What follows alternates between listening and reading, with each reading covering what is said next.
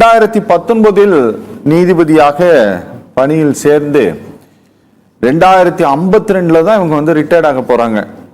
இன்னும் கிட்டத்தட்ட ஒரு 33 வருஷம் 30 வருஷம் சர்வீஸ் இருக்குதுன்னு வச்சுக்கோங்களேன். இவங்களுக்கு 30 வருஷம் சர்வீஸ் இருக்கு. இவங்க வெளியில இப்ப சொல்லி இருக்கக்கூடியது இவங்க ஒரு பெரிய பாம் வந்து இவங்க வந்து வெளியில கொண்டு வந்திருக்கிறாங்க ஒரு விஷயத்த. இவங்க நீதிபதியாக இருக்கக்கூடிய காரணத்தினால் எத்தனையோ விவகாரங்களை எல்லாம் கையில் எடுக்கக்கூடிய நேஷனல் ஹியூமன் ரைட்ஸ் கமிஷனு இந்த மாதிரியான அமைப்புகள் எல்லாம் இந்த பிரச்சனைக்குள்ள அவங்க எல்லாம் தானா வர முடியாதா? இந்த கேஸ் எல்லாம் சூமோட்டோவா எடுக்க முடியாதுங்களா மேடம்?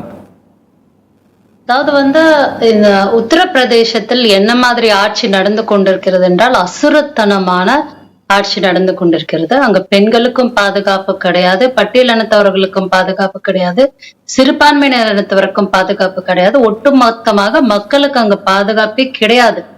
யூபி ஒன்றை மையமாக வைத்துக்கொண்டு பாஜக அரசு இந்தியா முழுவதும் என்ன மாதிரியான கொடுங்கோல் ஆட்சி நடத்தி கொண்டிருக்கிறது என்றதை நம்ம பார்க்கதான் செய்யறோம்.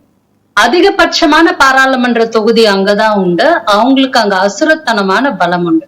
அங்க நீங்க எந்த ஹியூமன் ரைட்ஸ் கமிஷனுக்கு போனாலும் செல்லுபடி ஆகாது, எந்த உமன்ஸ் கமிஷனுக்கு போனாலும் செல்லுபடி ஆகாது. இதெல்லாம் உமன்ஸ் கமிஷன் காதலே வாங்கிக்காது. 31 வயதே நிறைந்த ஒரு நீதிபதி. 1992 தான் அவங்களோட டேட் ஆஃப் பர்த். அவங்களோட அந்த கம்ப்ளைண்ட் பாத்தீங்கன்னா ஆன்லைன் ரெஜிஸ்ட்ரேஷன்ல தெரியும்.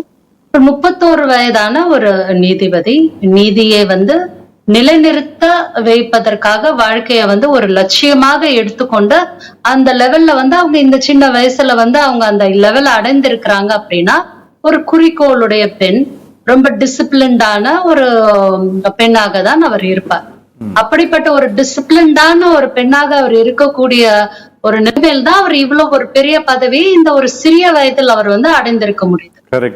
எந்த அளவுக்கு அவர் வந்து மன உளைச்சலுக்கு உள்ளானார் என்றால் தன்னுடைய சக தோழமைகள், அதாவது வெளியில யாரோ வந்து அட்ராசிட்டி பண்ணாங்க அப்படின்ட்டு அவங்க சொன்னா பரவாயில்ல, தன்னுடைய சக கலீக்ஸே தன்னை இப்படி பண்ணும்போது ஒரு ஜுடிஷியல் செக்டார்ல தனக்கு இந்த மாதிரி ஒரு பாதுகாப்பு இல்லாத ஒரு சூழ்நிலை அப்படின்ட்டு அவங்க சொல்றாங்க அப்படின்னா அந்த ஜுடிஷியல் செக்ஷன் யார் மேல அவங்க அந்த கம்ப்ளைண்ட் வைக்கிறாங்களோ அவங்க ஒட்டுமொத்தமான யூபி அரசாங்கத்தோட பலத்தோட அங்க உட்கார்ந்துருப்பாங்க. அதனாலதான் அவங்களுக்கு இந்த இயலாமை, அந்த இயலாமை தான் அவங்க சொல்றாங்க.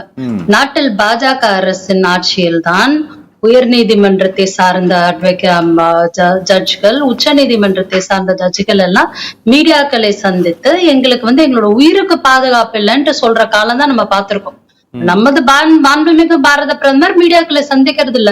இந்த அம்மாக்கு நல்லா தெரிஞ்சு போச்சு, நம்ம வந்து மீடியாக்களை சந்தித்தாலும் நமக்கு ஒரு பிரயோஜனமும் இல்ல, நம்ம ஹியூமன் ரைட்ஸ் கமிஷனுக்கு போனாலும் ஒண்ணு இல்ல, உமன்ஸ் கமிஷனுக்கு போனாலும் ஒண்ணு இல்ல, அல்டிமேட்டா நம்ம சிஜேஐக்கே ஒரு லெட்டர் எழுதி பார்ப்போமே அப்படின்ட்டு தான் அவங்க எழுதி பார்த்திருக்காங்க.